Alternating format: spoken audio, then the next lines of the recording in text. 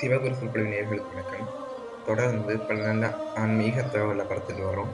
இன்றைக்கு நவராத்திரியினுடைய கொலுப்படியின் தத்துவம் என்னன்னு பார்ப்போம். கொலுப்படி வைப்பதன் நோக்கம் என்னன்னா, அந்த காலத்தில் நம்மளை போல இப்போ இருக்கிற நவீன வசதிகள் இல்லை.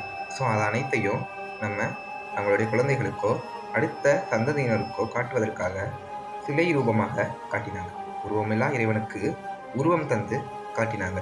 அது மட்டும் இல்லாமல் நமக்கு ஒவ்வொரு அறிவிலிருந்து 6 அறிவு வரைக்குள்ள விஷயங்களை தான் ஒவ்வொரு படியில் எடுக்கிறாங்க.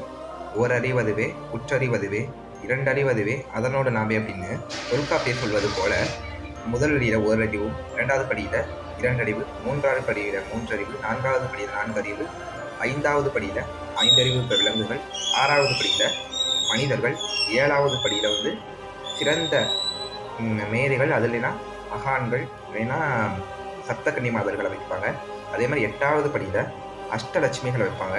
அதே மாதிரி 9வது படியில் நம்முடைய முப்பெரும் தேவியர்களையும் தேவர்களையும் வைப்பாங்க. ஆக இந்த 9 படியும் நம்மளுடைய வாழ்க்கைக்கு தேவையான விஷயங்களை விளக்கும் வகையில் இருக்கிறதுக்காக தான் இந்த நவராத்திரி பண்டிகை இப்போ கொலு வைக்கப்படுது.